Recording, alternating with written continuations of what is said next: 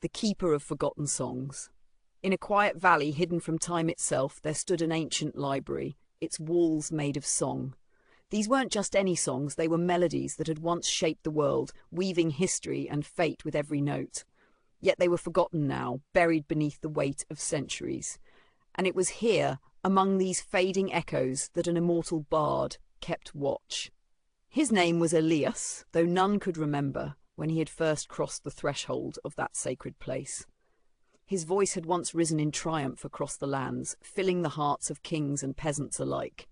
But now, he was the keeper of silence, guarding the songs that no one came to hear. Day after day, he would sit alone, his fingers brushing against the strings of his harp, coaxing the forgotten notes into the air. But no one listened. No one remembered.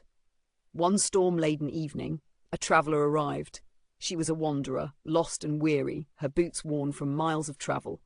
She came to the library seeking refuge from the storm, unaware of the treasure she had stumbled upon. The moment she entered, the wind seemed to die, and the silence that enveloped her was profound. Elias looked up from his harp, his eyes tired yet full of centuries-old knowledge.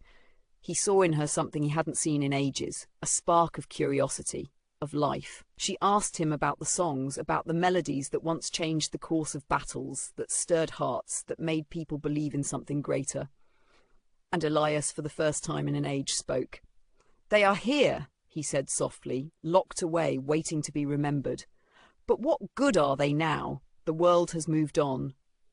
The traveller's eyes shone with understanding. She could hear the music in the silence, the pulse of the past calling to her. "I don't think they're meant to be forgotten," she whispered, stepping closer. Maybe the world still needs them." Her words struck something deep within Elias, a place he thought had long since gone cold. The songs began to stir, faintly at first, like a breeze ruffling the leaves. The melodies, so long dormant, began to rise once more, filling the library with their ancient beauty. And then, as the storm raged outside, Elias took a deep breath, his fingers poised above the strings. He played the first note, and with it, the world seemed to hold its breath. The song, long buried, was reborn. The traveller listened, her eyes glistening with tears. She had heard the song, the one that had shaped her very soul. It was a melody of hope, of renewal. And for the first time in centuries, Elias felt the weight of the songs lift. They were not forgotten, not lost. They were alive, waiting for the right moment to be heard once more. As the last note echoed into the night, the traveller looked up at Elias. "I think the world is ready," she said. Elias smiled, his heart lighter than it had been in an eternity. "Then let it begin again."